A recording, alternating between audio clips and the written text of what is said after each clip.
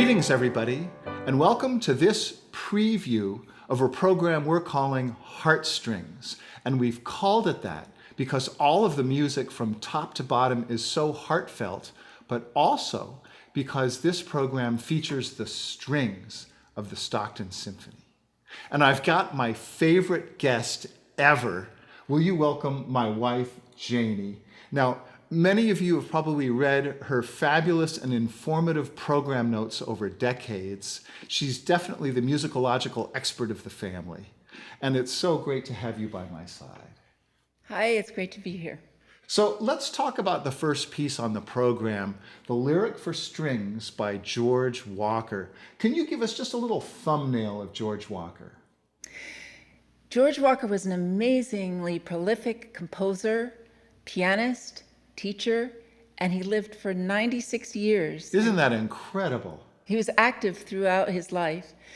And he was the first African American to graduate from the Curtis Institute. Wow. And just after he graduated, he wrote a string quartet in 1946, which he dedicated to his grandmother, who had just died.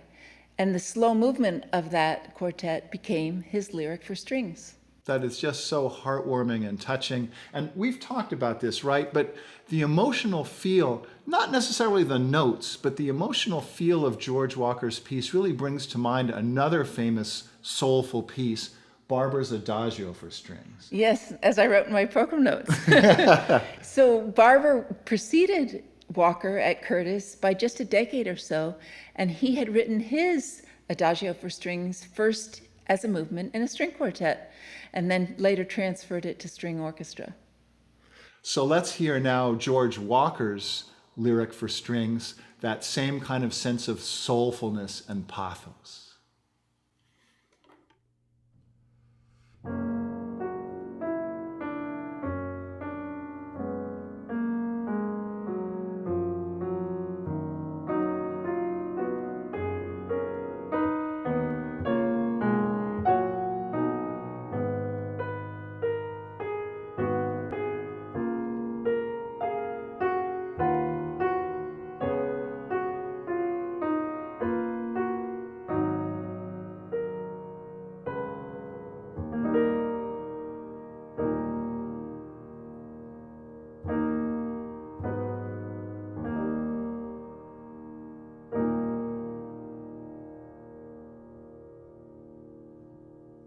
That really is heartfelt, isn't it? Yes.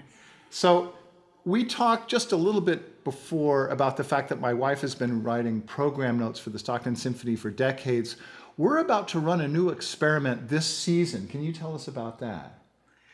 We're trying to make a transition to paperless, but we also want to please all of our beloved patrons. And so we have a kind of a hybrid situation where we are going to have complete program notes on the website and on a downloadable PDF that's printable, but we're also going to have a smaller brief program that's on paper that you will get at the concert hall, and it will also have a QR code for each concert, which you can scan and also get the full information because some of the notes and bios have been shortened. And the whole world's going to QR codes, isn't it? I mean, we see this more and more with menus in restaurants, or you can get your boarding pass for an airplane on a QR code. So, you know, we're moving into the 21st century here. Yeah, we hope everybody's happy, but all the information will still be available. And what's most important is when we run this experiment, we want to hear from you. Your feedback is very important to us. So please do give us a line. So let's move now into, we're not going to do this chronologically, but let's move into the last piece of the program, the big ender of the program, which is the Tchaikovsky Serenade for strings. Can you give us a little bit of a background here about what was going on in Tchaikovsky's life when he was writing this? Tchaikovsky was commissioned to write a piece in 1880 for an exhibition, and it was to be a festive overture, which he was composing at the same time as he was composing the Serenade for strings. And I just want to read you what he wrote to his patroness, Nadezhda von Meck. She supported him throughout his composing career, but he actually never met her in person. He said, "I have written 2 long works very rapidly, a festival overture," that was the 1812. Oh, 1812. "And a serenade in 4 movements for string orchestra. The overture will be very noisy. I wrote it with no warm feeling of love, and therefore there will probably be no artistic merits in it. The serenade, on the contrary, I composed from inner conviction. It is a heartfelt piece, and so, I dare to think, is not lacking in real qualities." Well, of course, Tchaikovsky throughout his life was pretty self-deprecating, wasn't he? Yes. And so he's dissing his own piece. Of course, we all know that generations and generations of people have adored the 1812 overture, but equally, we really love the Tchaikovsky Serenade for strings. It's a very heartfelt piece. Now, Janie and I have often discussed Tchaikovsky's genius in taking a simple little compositional element and turning it into a grand melody. And how does he do that? Well, Tchaikovsky takes the simple element of a scale.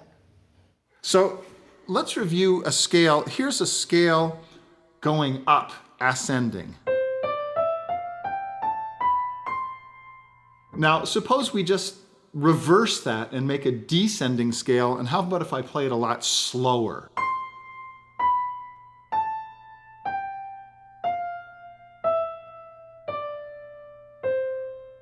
And if we listen carefully, we can tell that this grand opening of this open passion of the Tchaikovsky Serenade for strings is really just a great embellishment of a simple descending scale.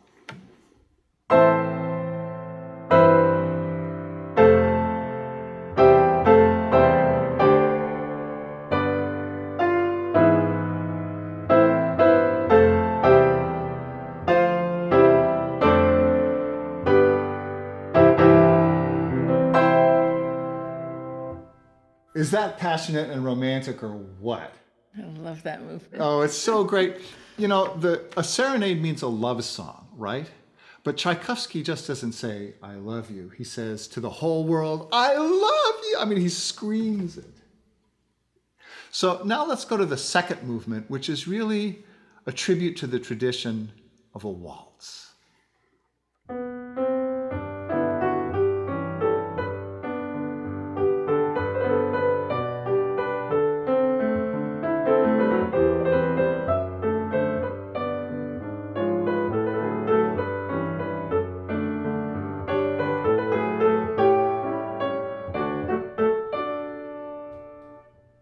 Now, the third movement, how does Tchaikovsky entitle that piece?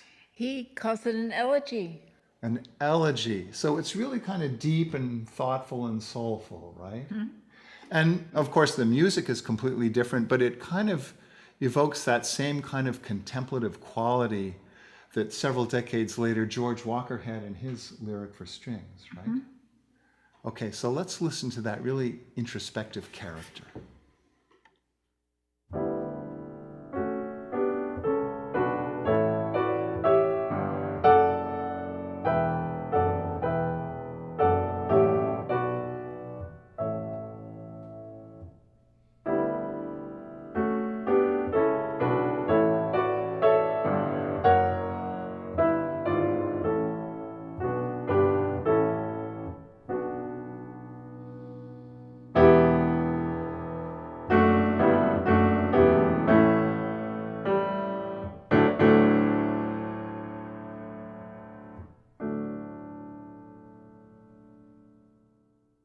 Now, Tchaikovsky became famous in his career for being just a little bit folksy, meaning that sometimes he took pre-existing Russian folk songs and scored them into his works, or sometimes he would write music that sounded like a folk song, but actually it was his original melody. So which is the case now here in the intro to the finale?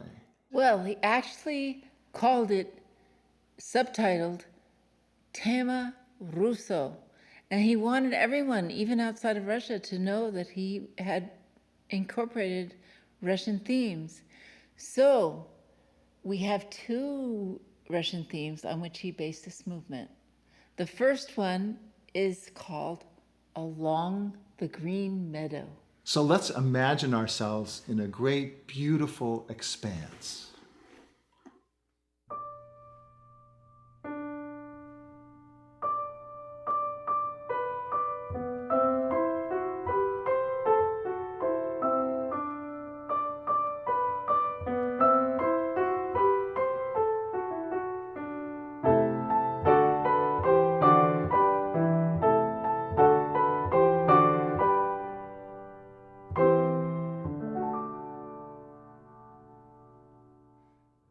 And how about the next song? The next Russian folk song that Tchaikovsky used is called Under the Green Apple Tree. Okay, and here's a great opportunity for Tchaikovsky to give us a big tease. He gives us just snippets of the melody, little segments at a time, and then he finally builds it into the full tune.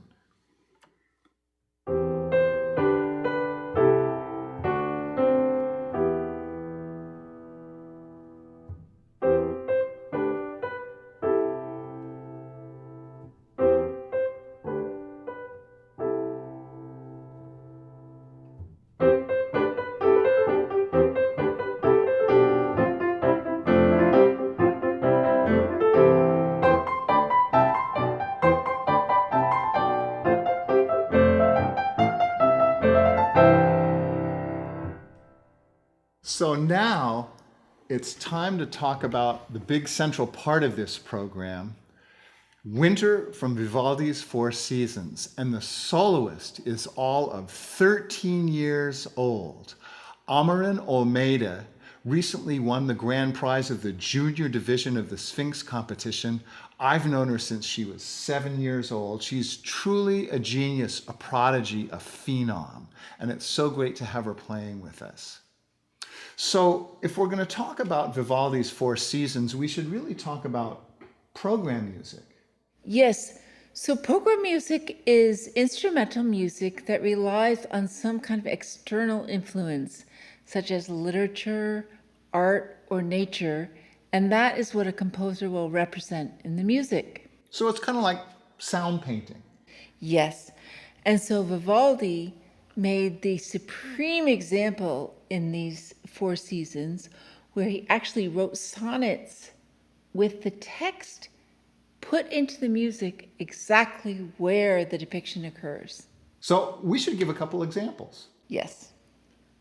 Okay, so the first one I'd like you to show is Vivaldi's line, to run, stamping our feet at every step. We could actually imagine this stamping and going, well, let's hear the stamping actually in the music.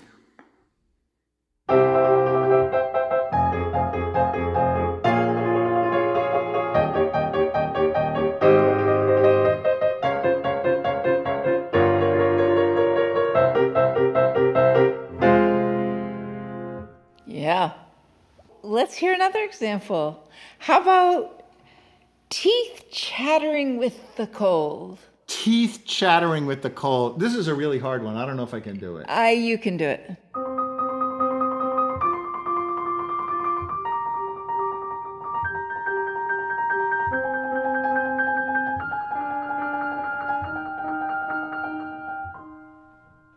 So after having played those two examples, let's just step back and think about this for a minute.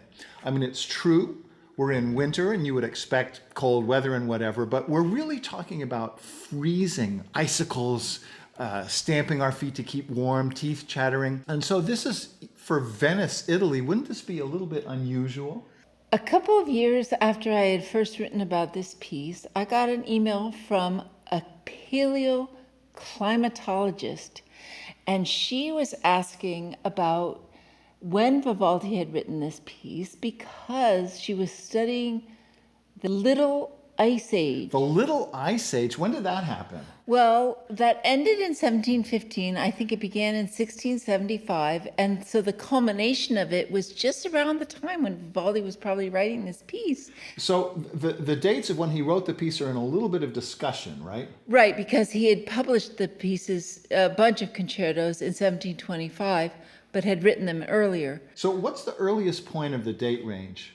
People think that he probably wrote them in 1716 or so, but he definitely experienced this so-called Little Ice Age. So it's kind of like dating music by climate. So now that we've heard a lot about the music itself, we have a rare opportunity. We've made a little interview with the soloist herself.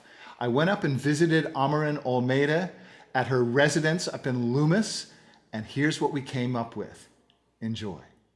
So Amaryn, when did you first become really fascinated by the violin? I started the violin when I was 3.5. 3.5? Yeah. My oldest brother Peter started before me, and he didn't really like it, so my parents let him stop. And the violin was just lying around, and I asked if I could play it, and I've just loved it ever since. So when you started playing the violin, did you immediately learn how to read notes, or was it all by ear? Well, I was listening to all my brother's CDs, his Suzuki CDs, and I kind of just knew all the music by ear. Just by ear? Yeah. And so did you even know how to read the English language yet? Well, not really. So you could basically play and just hear even before you could read the notes or words. That is incredible. And so we're just fast forwarding a couple of years now. I think when I first heard you play, you were 7. Yes. And what were you playing? I was playing Acolyte. The Acolyte Concerto. Wow. And then pretty soon after that, you won a competition. And what was it you played then? I played Bruch Violin Concerto. Yeah. Let's fast forward even a couple more years. Now that you're over the hill at the age of 13, what is a typical day like for you? Well, I get up every day and I go through my scales and my technique. And then my family, we have a reading time where we read poetry and we sing hymns. And then we also we read literature. And then I do my schoolwork. And then I do my concertos and my sonatas. And then on Fridays, I have an art class with my older brother. Your parents are incredible homeschool teachers. And then you are also interspersing all these activities with practice. Have you ever timed like how many hours a day you practice the violin versus how many hours a day you do all your other subjects? Well, I practice around 4 to 5 hours every day, and I just mix it together, and it's wonderful, actually. Well, that's great. And so tell us about this recent experience you had at the Sphinx competition. Yes. So I was part of the junior division of the 24th annual Sphinx competition. I won the first prize and also the Audience Choice Award. Last year it was all virtual, so we sent in recordings. And honestly, it was a really good experience. It was a really fun experience for me because I got to learn how to connect and interact with through a computer and through a virtual audience. And I actually put pictures of my friends and family in the audience. So, like they do in baseball to make yourself games. Feel more comfortable? Yeah. Yeah. Actually, it's so much more fun for me to play for an audience because you get to interact with them and they're just there to hear good music, and I know that I can give that to them. So we want to thank you so much for joining us for this preview, and I want to thank my wife for being such a fantastic guest. And I want to confirm the performance dates coming up. So on the Friday, October 15th, the evening performance will be in Hutchins Street Square in Lodi, and the matinee performance will be Sunday, October 17th in Tracy's Grand Theater, and that Tracy performance will be dedicated to Betty Ann Alvarez. Betty Ann was much beloved as a supporter of the arts throughout this region of California. She was a fantastic board member of the Stockton Symphony for many years, and her whole ethos was supporting youngsters. She wanted to make sure in our family concerts that young people could get there. She wanted to make sure youngsters all had a chance to listen to music, and she would have loved the fact that we are starring a 13-year-old genius. We'll see you at the concerts, everybody. Thanks a lot.